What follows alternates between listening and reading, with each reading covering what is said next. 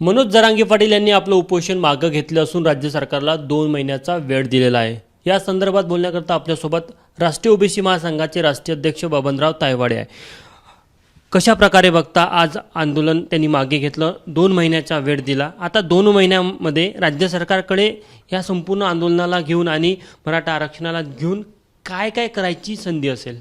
नाही, मी आज आपल्या माध्यमातून जरांगे पाटलाचं मनापासून अभिनंदन करतो की त्यांनी सरकारला वेळ दिलेला आहे। आणि मी वारंवार म्हणत होतो की आंदोलनकर्ते आणि सरकार यांच्यामध्ये संवाद व्हायला पाहिजे, चर्चा व्हायला पाहिजे आणि आपण जे प्रश्न घेऊन आंदोलन करतो आहे किंवा ज्या समस्या घेऊन आंदोलन करते आहे याच्यामध्ये ऑल्टरनेटिव्ह ठेवायला पाहिजे आणि त्यासोबत सरकारकडे पुढे पण ऑल्टरनेटिव्ह पाहिजे, आंदोलनकर्त्यांपुढे सुद्धा ऑल्टरनेटिव्ह पाहिजे आणि मग चर्चेतनं कुठंतरी सामंजस्य येतं ते की हे नाही तर हे नाही तर हे।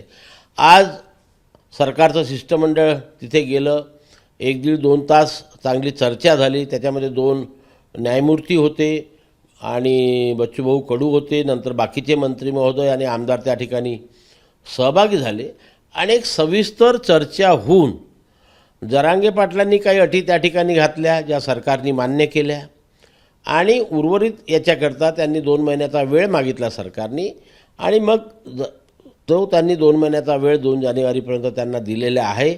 2 महिन्यामध्ये सरकारला जे जे प्रयत्न करायचे ते सरकार करणार आहे आणि शेवटी त्यांनी आंदोलन मागे घेतलं। त्याच्यामुळे या महाराष्ट्रामध्ये एक जे भीतीचं वातावरण निर्माण झालं होतं ते उद्यापासून शांत होईल।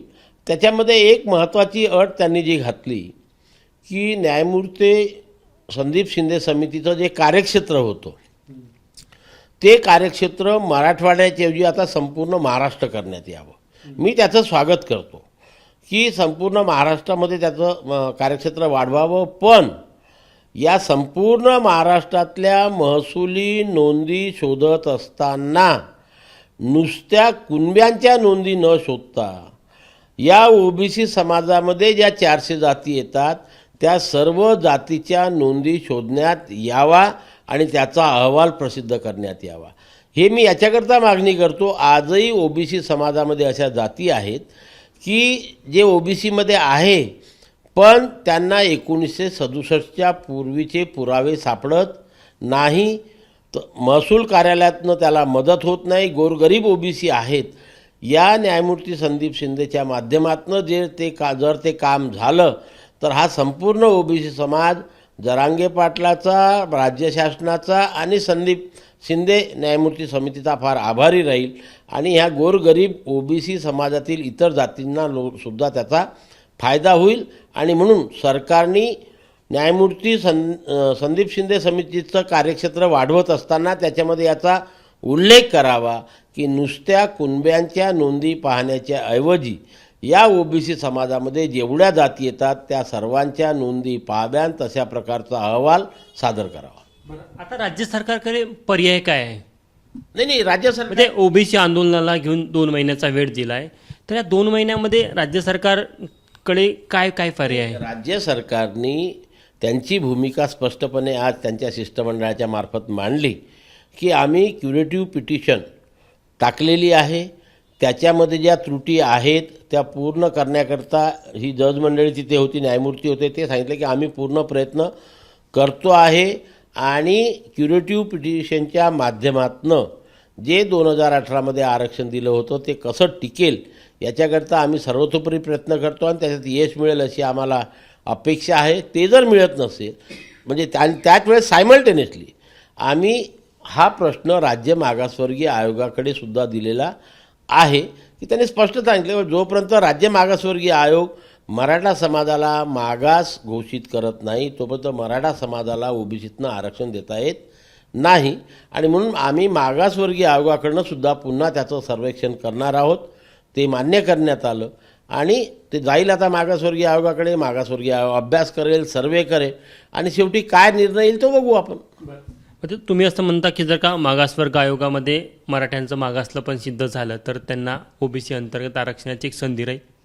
नाही, हे बघा, मंडल आयोग जेव्हा 1990ला लागू झाला तेव्हा या ओबीसी समाजामध्ये 270 जाती होत्या आज त्यांची संख्या 400च्या जवळ गेलेली आहे. कारण एक प्रक्रिया ठरलेली आहे राज्य सरकारची, की ज्या जातीला असं वाटते की आपण मागास आहोत त्यांनी राज्य मागासवर्गीय आयोगाकडे अर्ज करावा.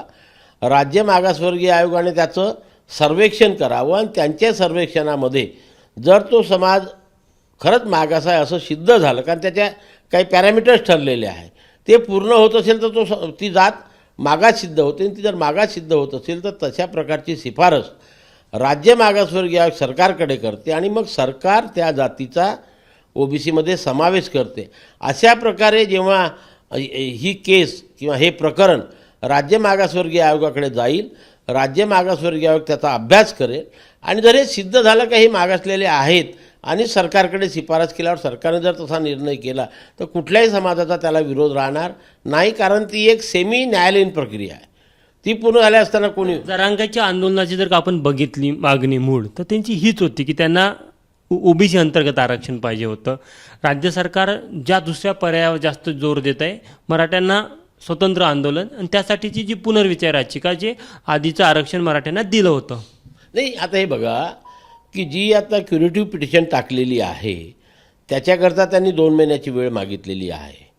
जर क्युरेटिव्ह पिटिशन स्टँड झाली आणि त्यांचं ते 2018चं आरक्षण रिस्टोर झालं तर ते त्यांना मिळेल, कुणाचं काही ऑब्जेक्शन राहणार नाही. समजा ते सुप्रीम कोर्टाने पुन्हा नाकारलं तर मग ते राज्य मागासवर्गीय आयोगाकडे जाईल आणि मग राज्य मागासवर्गीय आयोग काय अभ्यास करते आणि कशा प्रकारे करते आणि त्यांच्या अभ्यासातनं सुद्धा त्यांचं मागासलेपण सिद्ध होते का हा प्रश्न राहणार आहे.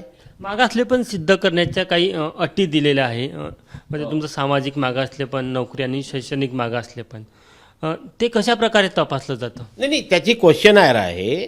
शैक्षणिक आणि सामाजिक मागासलेपण आहे ते. शैक्षणिक आणि सामाजिक तर बा समाजामध्ये एकूण किती व्यक्ती आहे, त्याच्यामध्ये किती टक्के लोक शिकलेले आहेत, त्यांचं सामाजिक स्टेटस कसं काय आहे, राजकीय स्टेटस काय आहे, बाकी म्हणजे सर्वच गोष्टीचा त्याच्यामध्ये कुठल्या घरात राहतात, कसे राहतात, त्याचे पॅरामीटर डिफाईंड आहे. म्हणजे असं काही एकाकरता एक आणि एकाकरता एक नाही आहे. आणि मग एकूण लोकांपैकी किती लोक वरती आहे आणि किती लोक खालती आहे, म्हणजे मी एक म्हणतो की त्यांचा एक पॅरामीटर ठरलेला आहे की समजा समाजामध्ये 10 लोक आहे आणि 10 लोकांपैकी 7 लोक खूप शिकलेले आहे, 7 लोक खूप स्टेटस आहे समाजामध्ये, चांगल्या पदावरती आहेत, 3 लोक मात्र खूप गरीब आहे, ज्यांच्याकडे शिक्षण नाही, नोकरी नाही, तशा वेळेस मागासलेपण सिद्ध होत नाही. सध्या मराठ्यांचं त्यांची सामाजिक स्थिती आणि नोकरी आणि शिक्षणामधला त्यांचा टक्का बघितला, तुम्हाला वाटतात का ते मागास आहे म्हणून?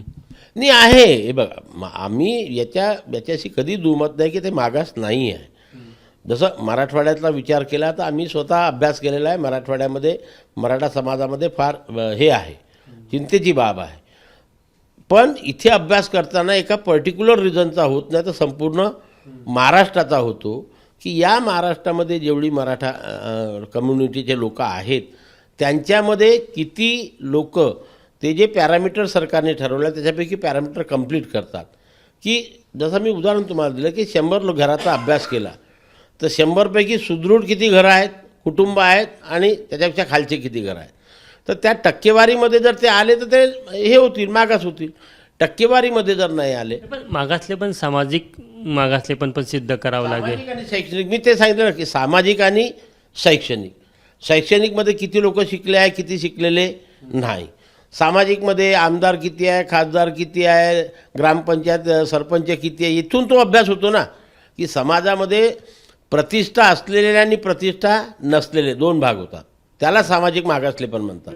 तुमचं असं म्हणणं आहे की सध्या मराठा आरक्षणाला घेऊन 2 पर्याय राज्य सरकारकडे, एक तर पुनर्विचार याचिका आणि दुसरं म्हणजे मागासवर्ग आयोगाकडे तसा एक मागासलेपण सिद्ध करण्याची एक अहवाल देणे.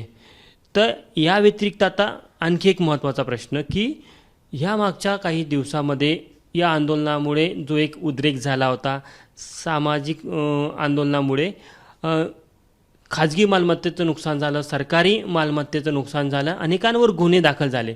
याबद्दल आता राष्ट्रीय ओबीसी महासंघाची काय भूमिका आहे? नाही, कसं आहे की हे आंदोलन शेवटी भावनात्मक झालं होतं. आणि जेव्हा कुठलंही आंदोलन, मी हे यांच्याबद्दलच नाही, कुठलंही आंदोलन जेव्हा भावनात्मक होते तेव्हा समाजातनं अशा प्रकारच्या प्रतिक्रिया बाहेर येत असतात.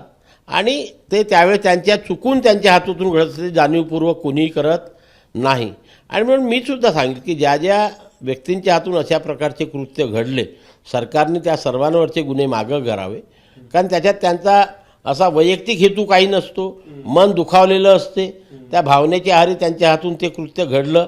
अशा कृत्याला सरकारने मोठ्या मनाने माफ करायला पाहिजे आणि सर्व गुन्हे त्यांचे मागे घ्यायला पाहिजे. तर हे होते राष्ट्रीय ओबीसी महासंघाचे राष्ट्रीय अध्यक्ष बबनराव तायवाडे. कॅमेरामॅन अतुल हिरडेसह तुषार कोहळे, एबीपी माझा, नागपूर. एबीपी माझा, उघडा डोळे बघा नीट.